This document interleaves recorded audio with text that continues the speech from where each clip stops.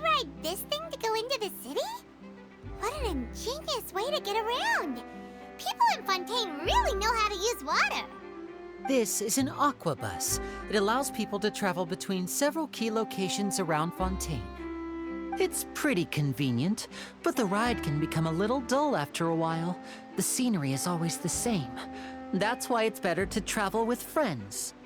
So you mean it's still boring even when I'm riding with you? No, that's not what I meant. It's just that, well, you don't really talk that much. Besides, it doesn't really feel like a real trip when it's just the two of us. It's the same as being at home. Whatever. Guess that's what it's like to be an older brother. It's about time for us to leave. Let's get on board.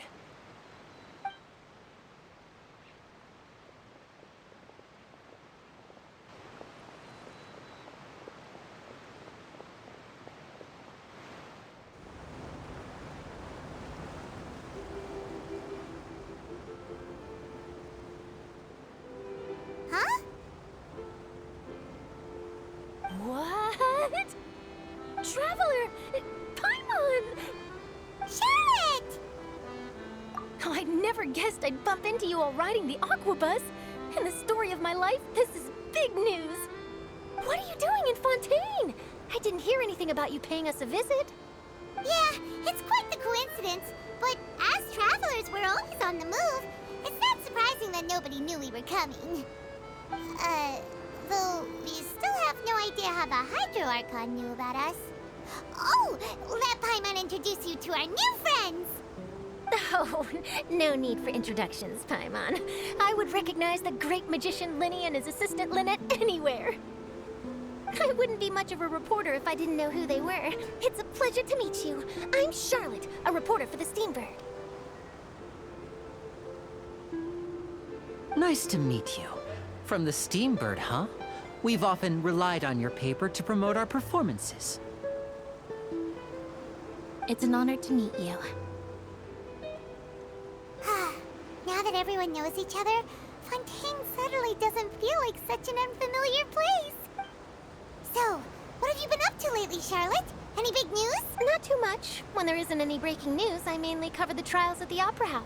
You can still manage to keep readers' attention as long as you tell things from a clever enough angle, even if it's the same old topics. For example, reporting on how a scammer once deceived vulnerable girls into relationships, or how a financial criminal was once so poor that they ate a single piece of bread for 5 days. Ah, you're right. Seems you know me pretty well.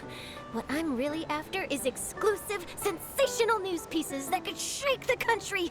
These smaller stories are a waste of my talents. Oh, I just remembered.